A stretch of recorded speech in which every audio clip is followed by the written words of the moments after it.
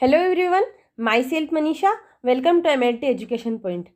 आज हम एक बहुत ही इंपॉर्टेंट टॉपिक के बारे में डिस्कस करने जा रहे हैं जो कि हिस्टोपैथोलॉजी का टॉपिक है और point of view main exam और कॉम्पिटिटिव एग्जाम दोनों के लिए ये इंपॉर्टेंट है। सो वीडियो एंड तक जरूर देखें। नाउ बात करते हैं हमारे लर्निंग पॉइंट की कि इसमें हम क्या क्या पढ़ेंगे। तो principle of tissue processing, receiving and labelling, fixation, grossing, decalcification, fixation, dehydration, clearing, infiltration and impregnation और भी ऐसी इंपॉर्टेंट स्टेप्स के बारे में हम इसमें डिस्कस करेंगे। तो फर्स्ट हम बात कर टिश्यू प्रोसेसिंग के बारे में। Tissue processing, the tissue processing is the heart of any tissue. Tissue processing जो है वो किसी भी टिश्यू के लिए एक हार्ट है।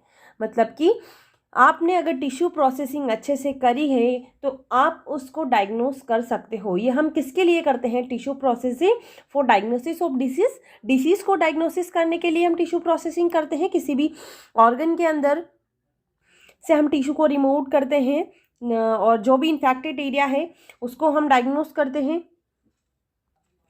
The tissue is removed from body for diagnosis of disease को डायग्नोसिस करने के लिए हम टिश्यू को रिमूव करते हैं।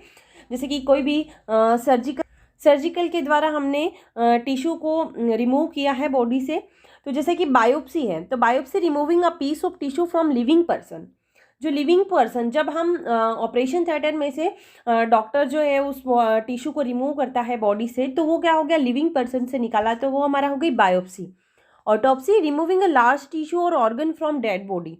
यानी कि हमें ऑर्गन या टिश्यू को अगर डिसीज़ को डायग्नोसिस करना है आफ्टर डेट, तो फिर डॉक्टर उसमें से ऑर्गन या टिश्यू को निकालेगा बॉडी से और फिर उसे हम कहते हैं ऑटोप्सी। तो ये डेड बॉडी से जो रिमूव कर रहे हैं उसे हम ऑटोप्सी कहेंगे और लिविंग पर्सन से जो रिमूव कर रहे हैं उसको हम बायोप्सी कहेंगे। प्रिंसिपल क्या है टिश्यू प्रोसेसिंग का? तो the aim of tissue processing is to embed the tissue in solid medium, fine enough to support the tissue and enable thin section to be cut and in soft enough not to damage the knife और tissue and better microscopy. यानी कि इसका M क्या है, main उद्देश्य क्या है tissue processing का, कि ये जो हमारा टिश्यू है उसको हम एक सॉलिड मीडिया में एम्बेड करेंगे और उसका एक थीन सेक्शन कट करेंगे। नाइफ से माइक्रोटोम जो भी हम यूज़ करते हैं उससे एक थीन सेक्शन कट करेंगे ताकि हम उसकी बेटर माइक्रोस्कोपी कर सकें और उसको डायग्नोस कर सकें उस डिसीज़ को। इसलिए हम टिश्यू प्रोसेसिंग करते हैं। नेक्स्ट है हमारा receiving and labelling of sample. जो भी सैंपल कोई और लेबोरेटरी से, हॉस्पिटल से हमारी लैब में आया है, तो हम सबसे पहले उसका प्रॉपर आइडेंटिफिकेशन और उसका ओरिएंटेशन करेंगे। ठीक है, प्रॉपर आइडेंटिफिकेशन एंड ओरिएंटेशन करेंगे। एक मिनट, ठीक है। नेक्स्ट है the tissue be properly labelled so avoid any confusion. उसको हम लेबल्ड कर देंगे, जो भी हमारा लेबोरेटरी नंबर रहता है उससे, या हमारा जो भी रजिस्टर नंबर है उनसे, पेशेंट के नाम से, तो या फिर उसे एक स्पेसिफिक नंबर देके तो उसको लेबल कर देना है ताकि हमें कोई कन्फ्यूज़न नहीं हो। क्योंकि कई बार क्या होता है कि एक ही नाम के दो पेशेंट होते हैं, प्लस ये भी हो जाता है कि नाम तो एक है बट उनके फादर नेम या हस्बैंड नेम भी एक हो जाते हैं, तो इसलिए हमें उनको एक स्पेसिफिक नंबर देके रखना है। When the specimen is received, give a specific individual number, मैंने आपको बताया है। Properly complete histopathology requisition form containing patient name, sex, relevant clinical data, surgical finding, name of tissue submitted। हमें क्या करना है? जो पैथोलॉजी का जो हमारा रिक्विजिशन फॉर्म होता है उसको हमें पूरी तरीके से फिलअप करना है। उसमें नेम, एज, सेक्स, उसके रिलेवेंट का क्लिनिकल डाटा लिखना है, सर्जिकल फाइंडिंग लिखनी है और जो सबमिट करके जा रहा है टिश्यू को उसका भी, ताकि उसके डाटा को अगर हमको बाद में भी स्टोर करके रखना है तो हमारे पास प्रॉपर जो है वो प्रॉपर उसकी जानकारी हो। उसके बाद हम बात करेंगे एक और इम्पॉर्टेंट स्टेप्स फिक्सेशन के बारे में, जो कि बहुत ही ज़रूरी है। जब कोई सैंपल आता है तो सबसे पहले हम ये चेक करेंगे कि उसमें फिक्सेशन प्रॉपर हुआ है या नहीं, क्योंकि फिक्सेशन सबसे ज़रूरी है। क्योंकि fixation is important due to prevent the tissue from autolysis and putrefaction. Fixation क्यों इंपॉर्टेंट है? क्योंकि वो टिश्यू को ऑटोलाइसिस और प्यूट्रिफैक्शन से बचाता है। अगर ऑटोलाइसिस और प्यूट्रिफिकेशन से हमारा टिश्यू बचा रहा तो हम उसको बेटर डायग्नोस कर पाएंगे। ऑटोलाइसिस मतलब कि खुद के ही एंजाइम के द्वारा सेल का डिस्ट्रक्शन होने लग जाता है। अगर सेल का डिस्ट्रक्शन हो गया तो हम डायग्नोस नहीं कर पाएंगे प्रॉपर, जो हमें जो भी बीमारी के बारे में डायग्नोस करना है। प्यूट्रिफिकेशन मतलब किसी भी बैक्टीरिया फंगाई के द्वारा जो है सेल का डिस्ट्रक्शन होना, तो ये फिक्सेशन उसको बचा के रखता है। और fill the tissue so they will not change their volume and shape during processing. और जब हम टिश्यू प्रोसेसिंग करते हैं तो उसके शेप में, टिश्यू के शेप में और साइज में, उसके वॉल्यूम में कोई चेंज नहीं आता है। तो ये भी एक इम्पॉर्टेंट पॉइंट है कि उसकी वॉल्यूम को बचाए रखना, उसके शेप को बचाए रखना। अगर उसके शेप में, वॉल्यूम में कहीं चेंज नहीं होगा तो भी हम बेटर डायग्नोस कर पाएंगे। The most common fixative used in lab is 10% formalin. Generally हम 10% फॉर्मेलिन यूज़ करते हैं। उसके अलावा जैसे कि formalin, ethyl alcohol, picric acid, acetic acid.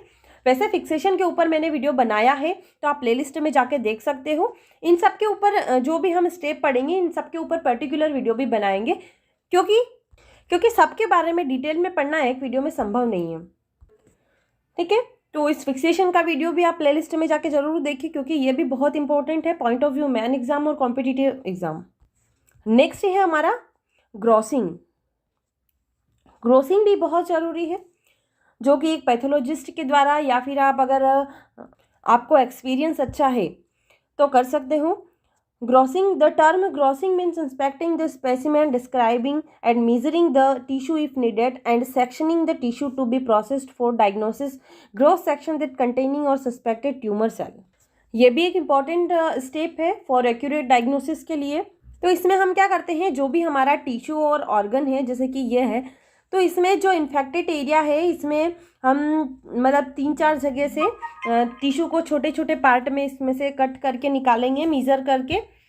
तो ये पैथोलॉजिस्ट के द्वारा ही कर सकते हैं। अगर आप एक्सपीरियंस हो तो आप भी कर सकते हो।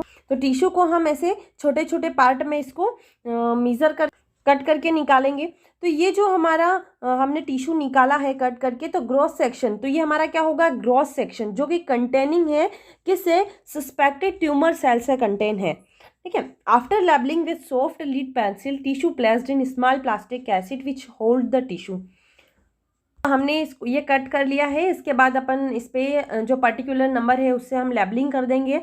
सॉफ्ट लीड पेंसिल, हमें जनरल पेंसिल नहीं यूज़ करना है या पेन नहीं यूज़ करना है, क्योंकि क्या होता है जब हम प्रोसेसिंग करते हैं तो उसमें डिहाइड्रेशन, अल्कोहल और इनके द्वारा वो क्या होता है, वो रिमूव हो जाता है। तो आपको उससे कन्फ्यूज़न हो सकता है अगर आपने 1-2 टिश्यू साथ में रखे हैं तो इसलिए हम जो डायमंड पेंसिल आती है वो यूज़ करेंगे और उसके बाद में इसको प्लास्टिक कैसेट में रख देंगे, जो कि टिश्यू को होल्ड करके रखती है। मतलब एक छोटा सा बास्केट जैसा आता है इस टाइप का, उसमें हम टिश्यू को होल्ड करके रखते हैं, जो कि जब हमारी प्रोसेसिंग होती है तो ये पास्ट होता रहता है, टिश्यू इसमें ही रखा रहता है। नेक्स्ट स्टेप हमारी है डीकैल्सिफिकेशन। डीकैल्सिफिकेशन के ऊपर भी मैंने वीडियो बनाया है, वो आप प्लेलिस्ट में जाकर देख सकते हो। ये भी इंपॉर्टेंट है। प्लस डीकैल्सिफिकेशन हम कब करते हैं, decalcification is a process of complete removal of calcium salt from the tissue like bone, teeth and other calcified tissue following fixation। Decalcification की ज़रूरत हमें तब होती है जब हम कोई बोनी टिश्यू का यूज़ कर रहे हैं, लाइक जैसे कि बोन, टीथ। अगर ऐसे टिश्यू है तो उनमें से वो क्या है, हार्ड होते हैं बहुत ज़्यादा, तो उसके कारण हमारा माइक्रोटोम की जो नाइफ है वो डैमेज हो सकता है जब हम टिश्यू की कटिंग करते हैं तब। तो इसलिए हमको उसमें से, टिश्यू में से कैल्शियम को रिमूव करना रहता है, जिससे कि वो टिश्यू जो है हमारा सॉफ्ट बन जाता है। तो डीकैल्सिफिकेशन क्या है, एक प्रोसेस है, कंप्लीट रिमूवल ऑफ कैल्शियम, जिसमें से हम कैल्शियम को रिमूव करते हैं।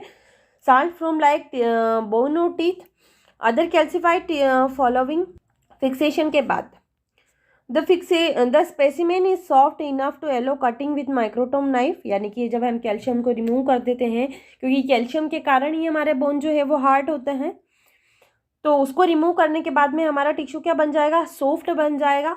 तो हम जब माइक्रोटोम नाइफ से कटिंग करते हैं तो उसकी कटिंग जो है वो ईजिली हो जाती है। डीकैल्सिफिकेशन में हम कौन से रिएजेंट यूज़ करते हैं, एग्जाम्पल जैसे कि nitric acid, HCl, Gooding and Stewart's fluid. और भी इम्पोर्टेंट मेथड है डीकैल्सिफिकेशन में, जो कि मैंने आपको वीडियो में बताई है, तो वहाँ प्लेलिस्ट में जाके ज़रूर देखें। नेक्स्ट स्टेप है हमारी tissue processing steps. Tissue processing step में कुछ स्टेप जो होती है वो हमारे ऑटोमेटेड टिश्यू प्रोसेसर के द्वारा होती है और कुछ हम मैन्युअल करते हैं।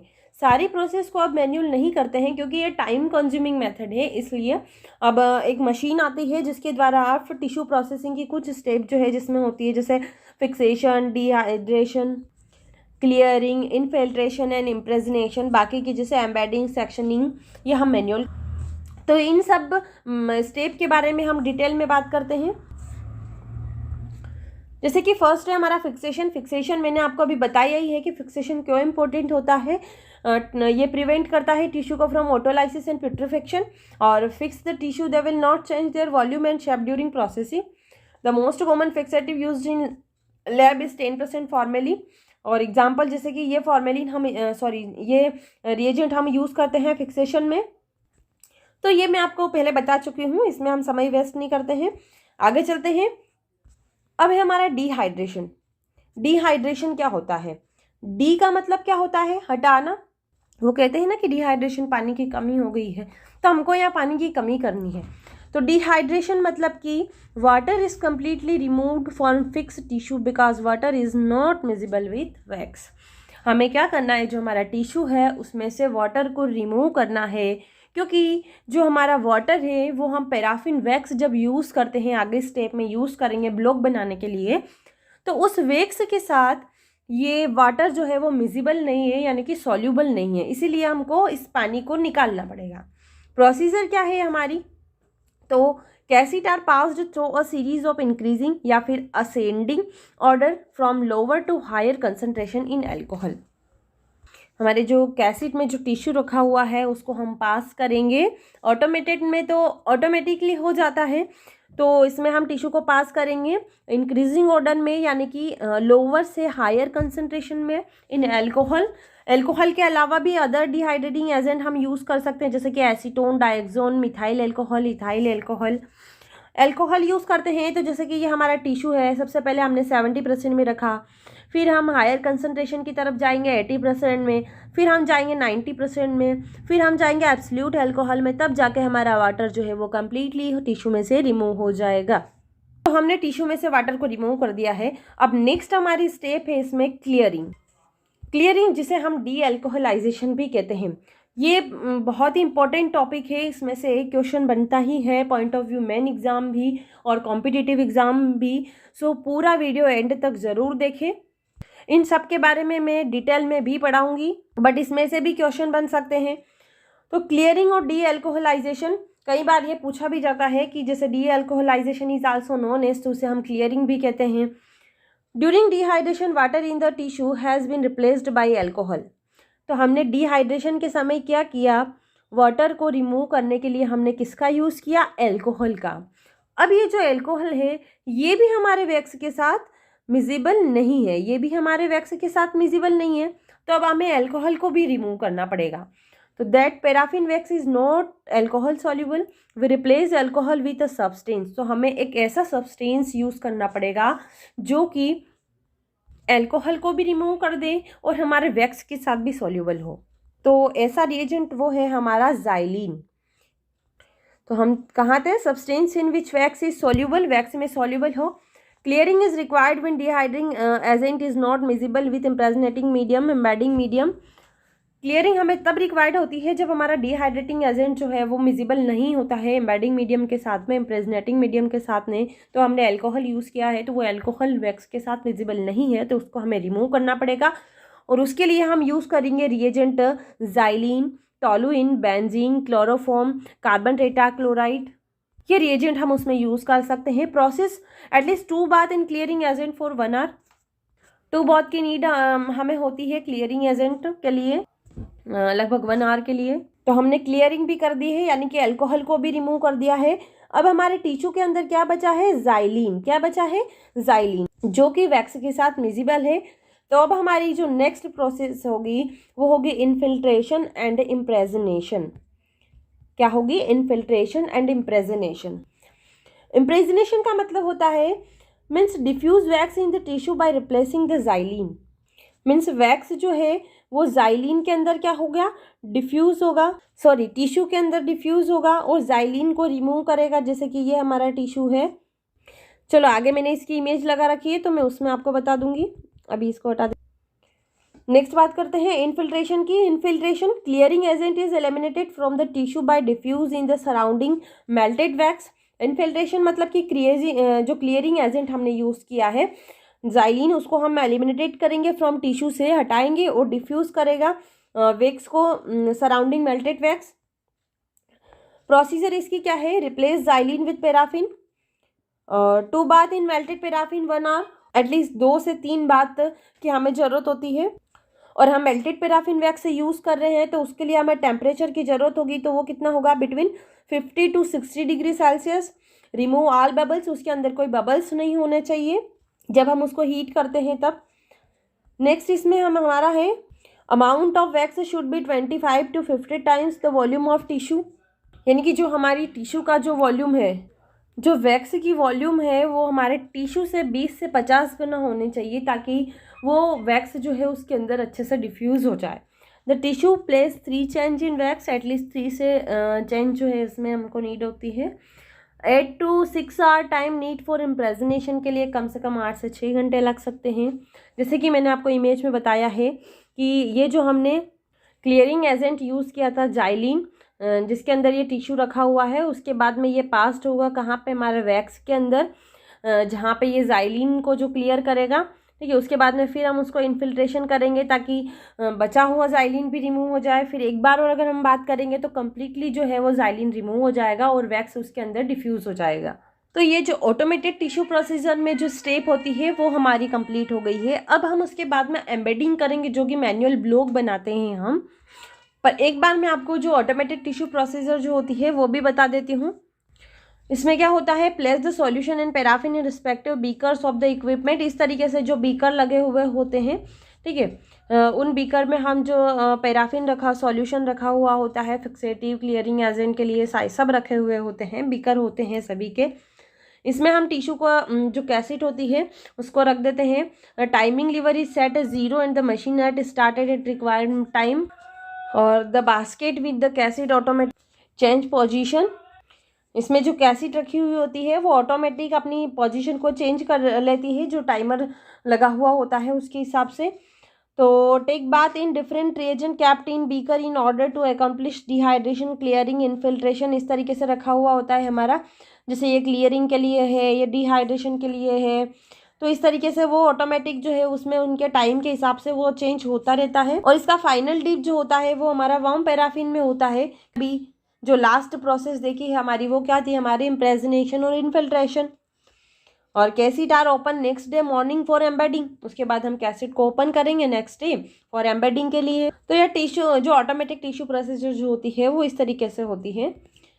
नेक्स्ट मैंने इसमें बताया है जैसे कि 70% हमने रखा सबसे पहले हम जैसे फिक्सेटिव के बाद में हमने डिहाइड्रेशन के लिए रखा है, तो इसमें हमने 70%, 80%, 95% और एब्सोल्यूट एल्कोहल के लिए। उसके बाद हम करेंगे क्लियरिंग, डे एल्कोहलाइजेशन, तो उसके लिए हमने ज़ाइलिन यूज़ किया है। उसके बाद हम एटलीस्ट 3 बाथ में हम उसको पैराफिन वैक्स में रखेंगे, वार्म पैराफिन वैक्स, जिसे हम इन्फिल्ट्रेशन एंड इम्प्रेजनेशन कहते हैं। तो ये ऑटोमेटेड टिश्यू प्रोसीजर। नेक्स्ट आता है हमारा एम्बेडिंग, जिसे हम कास्टिंग और ब्लॉकिंग भी कहते हैं। The infiltrate and impregnation tissue is placed in warm liquid paraffin. जो हमारा वार्म लिक्विड पैराफिन होता है, तो इसमें ये जो एल मोल्ड मैंने इसमें बनाया है, तो इस तरीके का होता है एल मोल्ड, जिसे हम ल्यूकॉट्स कहते हैं। तो इसमें हम क्या डालेंगे, जो हमारा वार्म लिक्विड पैराफिन है इसके अंदर डाल देंगे। उसके बाद हम इसमें जो हमारा इम्प्रेजनेट और इनफिल्ट्रेट टिश्यू जो है उसको इसमें रखेंगे। रखने के बाद में इसको जब हम कूलिंग करवाते हैं, आफ्टर कूलिंग, तो यहाँ पे एक ब्लॉक बन जाता है। जब इसको हम हटा लेते हैं इस एल मोल्ड को, तो हमारा एक ब्लॉक बन जाता है। इसके अंदर से हम ब्लॉक निकालते हैं ना, तो वो एक ब्लॉक लिक्विड्स एल पीस की बात करें तो they are 2 L piece which are made on metal, usually brass. ये जो एल पीस दिख रहे हैं आपको, ये जो है वो मेटल के बने हुए होते हैं।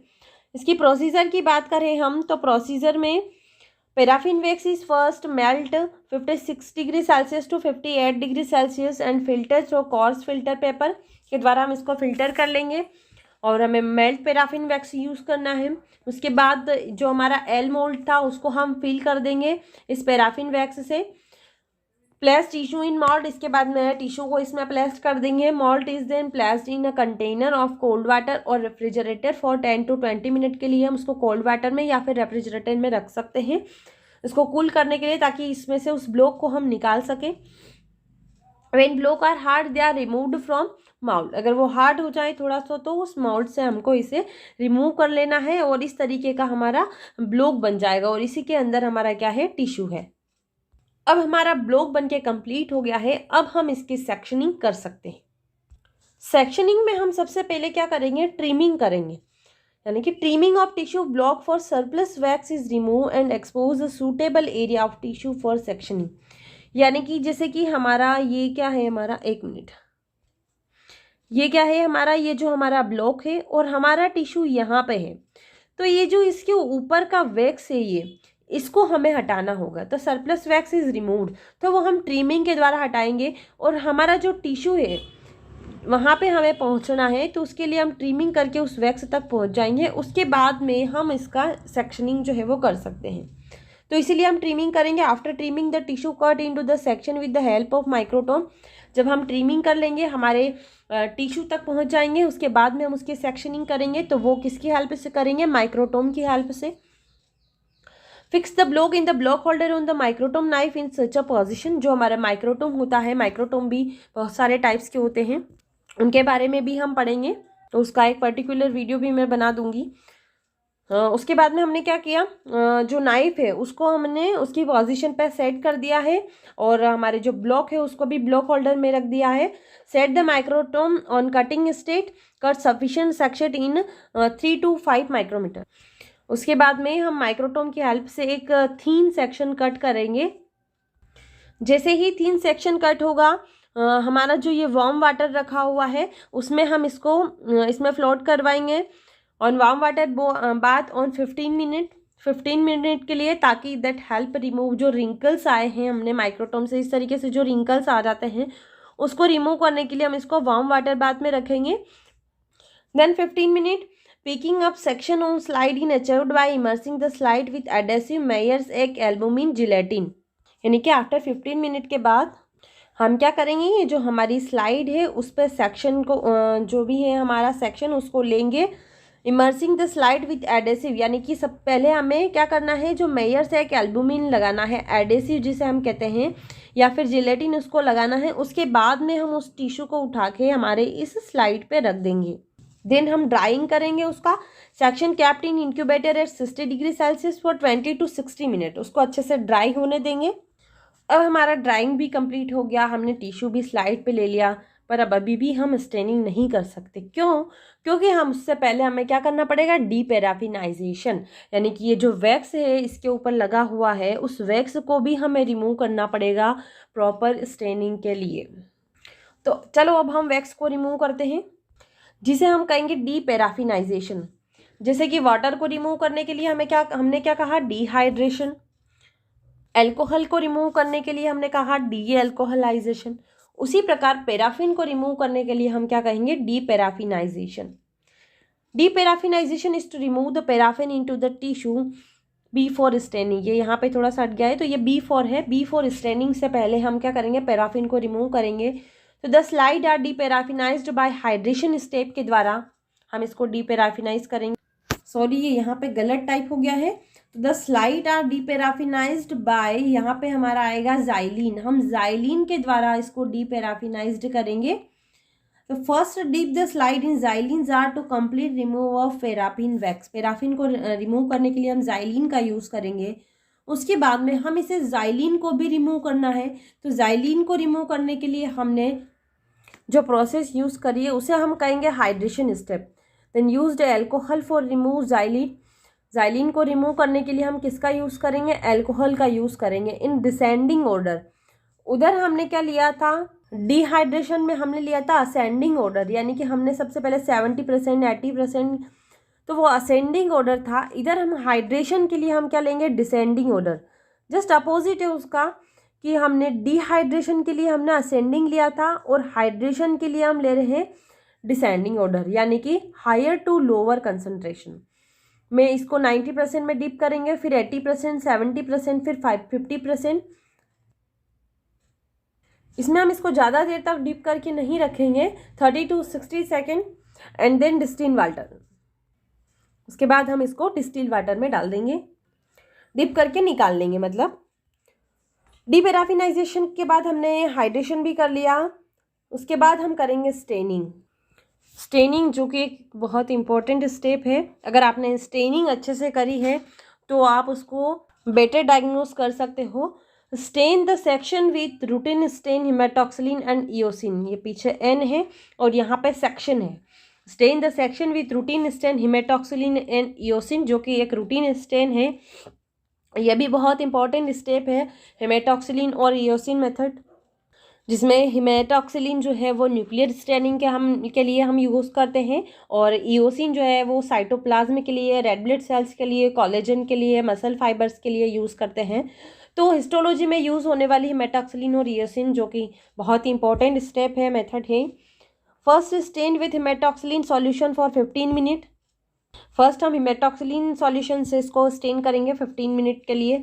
Wash with running tap water, dip the slide in 0.5% HCl, फिर rinse with tap water 30 to 60 second. Then हम इसको डीप करेंगे slide in dilute ammonia water में, फिर वॉश कर लेंगे in tap water and rinse 95% alcohol. इसमें समझाने जैसा कुछ नहीं है, स्टेप बाय स्टेप है। Dip the slide in eosin for 10 to 60 second and drain the solution. और भी कई अलग अलग टाइप की स्टेनिंग यूज़ होती है जिसमें हम हिमेटॉक्सिलिन और इयोसिन का यूज़ करते हैं। तो इसमें ये सारे स्टेप हैं, आप इन सारे स्टेप को अच्छे से करें ताकि हमारी स्टेनिंग जो है वो अच्छे से हो और हम उसको बेटर डायग्नोस कर सकें। नेक्स्ट स्टेप हमारी आती है डिहाइड्रेशन एंड क्लियरिंग। अब फिर से हमें डिहाइड्रेशन करना पड़ेगा और उसकी क्लियरिंग करनी पड़ेगी, क्योंकि हमने स्टेनिंग में क्या किया है, वाटर के साथ उसको स्लाइड को मिलाया, तो हमारे टिश्यू के अंदर जो है वो वाटर जा चुका है, तो फिर से हमें डिहाइड्रेशन करना पड़ेगा। तो हम बात the slide in 70%, 90%, 100% for 30 to 60 second for dehydration. Water को रिमूव करने के लिए हम वही जो पहले वाली प्रोसेस यूज़ करेंगे, बट इसमें हम उसको 30 to 60 सेकेंड के लिए डीप करेंगे। फॉर क्लियरिंग करेंगे place the slide in xylene 80 to 60 second, यानी कि हमने वाटर को रिमूव करने के लिए अल्कोहल में डीप किया है, तो फिर से हम उसे अल्कोहल को रिमूव करने के लिए हम उसको ज़ाइलिन में डीप करेंगे 80 to 60 सेकेंड के लिए। देन हम फिर माउंटिंग करके माइक्रोस्कोपी कर सकते हैं। माउंटिंग में drain the excess xylene and mount with DPX और Canada balsam with a cover slip. जो एक्सेस ज़ाइलिन है हमारा, उसको हम क्या करेंगे, ड्रेन करेंगे, फिर माउंट कर देंगे किससे, DPX से या फिर कनाडा बाल्सम से with a cover slip use करेंगे उसके बाद में। देन हम फाइनल हमारी माइक्रोस्कोपी स्टेज पे आ जाते हैं। अब आप माइक्रोस्कोपी करके डायग्नोस कर सकते हो, analyse the cellular morphology and tissue distribution to deduce whether tissue to regions has abnormalities जो भी है टिश्यू के अंदर, वो आप कैंसर को डायग्नोस कर सकते हो। तो ये माइक्रोस्कोपी भी हमारी कंप्लीट हो चुकी है। नाउ हमारी टिश्यू प्रोसेसिंग कंप्लीट हो चुका है, जिसमें हमने कुछ इंपॉर्टेंट स्टेप के बारे में डिस्कस किया। इसकी PDF आपको हमारे टेलीग्राम ग्रुप में मिल जाएगी। So thanks for watching, do like, subscribe and share.